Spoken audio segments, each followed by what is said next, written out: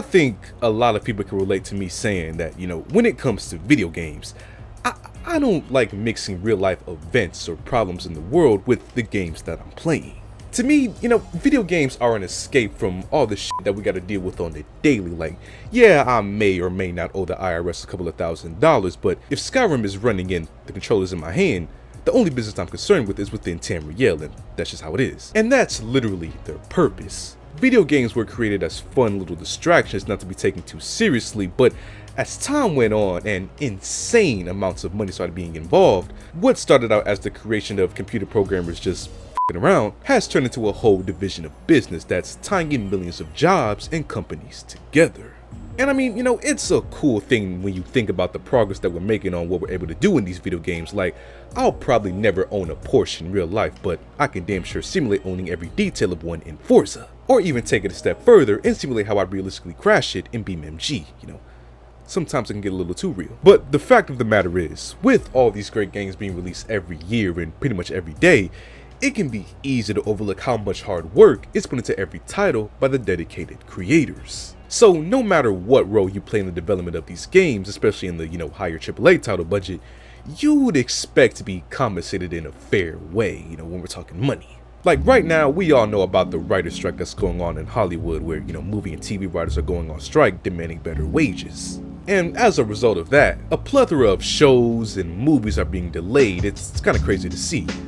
I'm just happy that the new Adventure Time spinoff dropped just in time, because if it didn't, I would have come on here with a whole different demeanor. But anyway, the effects of that strike are reaching beyond just Hollywood and now into where I really wish it wasn't, and that's in the video game industry. You see, the Screen Actors Guild and American Federation of Television and Radio Artists, or SAG-AFTRA for short, who I'm just going to call SAG because, Jesus, that's a mouthful, is a labor union that has employees within the video game industry, specifically for voice acting and sometimes even motion capture. And just yesterday, they initiated a vote within their community to strike against the industry for similar things that the Hollywood writers want, like better pay and better care. And it's not just at any company level of strike, as stated on their official website. They have voice actors in some of the biggest companies like Activision, WB Games, and even Take-Two Interactive. They also have problems with the rise of artificial intelligence, as they obviously see it as a threat for good reason. I mean, people are creating realistic songs with SpongeBob characters for free on the internet, so you can only imagine how official companies could use something like this to replace the voice actors. So in their statement, they claim that they want to reach a consensus with the industry to get protection from things like AI, better wages, and the same type of leisure that other performers are entitled to, like longer rest periods. Now, this whole situation is unfortunate to see. Like how I said before, when you're busy smashing Goombas and getting new high scores, you tend to forget that a whole team of dedicated developers that make an entire living off of said game is behind it. So in the gamer's perspective, this might not seem like much of a big deal.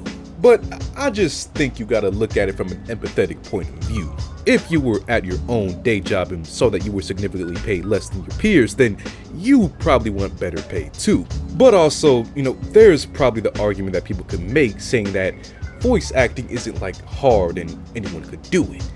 And I mean, you're free to think how you want about the situation, it's all up to you, but all I'm gonna say is sometimes when I make these videos, I gotta restart them 3 or 4 times just to get my cadence right, and it can take hours. But then again, I don't get paid for this, so what do I know? Either way, the voting will be closed on September 25th, so the strike hasn't technically started since they still want to see if they can negotiate something before that date. But of course, we'll know by then if the strike goes fully into effect, but for now, we'll just have to wait and see what the future will hold for these gaming companies.